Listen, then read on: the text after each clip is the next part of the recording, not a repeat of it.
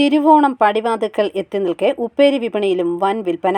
ഉപ്പേരിക്കടകളിൽ ഉപഭോക്താക്കളുടെ തിരക്കാണ് അനുഭവപ്പെടുന്നത്. വെളിച്ചെണ്ണയിൽ വറുത്ത ഉപ്പേരിക്കാണ് ആവശ്യക്കാർ കൂടുതൽ.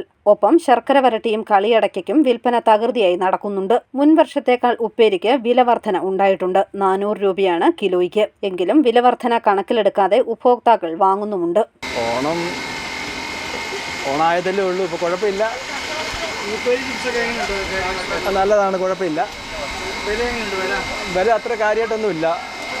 1 കിലോയ്ക്ക് 400 രൂപയേ ഉള്ളൂ. കുഴപ്പമില്ല, നമ്മൾ സാധാരണക്കാരെ കൊണ്ട് ഒക്കെ വാങ്ങിക്കാൻ പറ്റുന്നതാണ്. ഇല്ലില്ല, കഴിഞ്ഞ കൂടുതൽ വിലയില്ല. ഉപ്പേരി, ശർക്കര വരട്ടി, കളിയടക്ക എന്നിവ വെളിച്ചെണ്ണയിലാണ് തയ്യാർ ചെയ്തതെന്നും നല്ല കച്ചവടം ലഭിക്കുന്നുണ്ടെന്നും വ്യാപാരികൾ പറയുന്നു.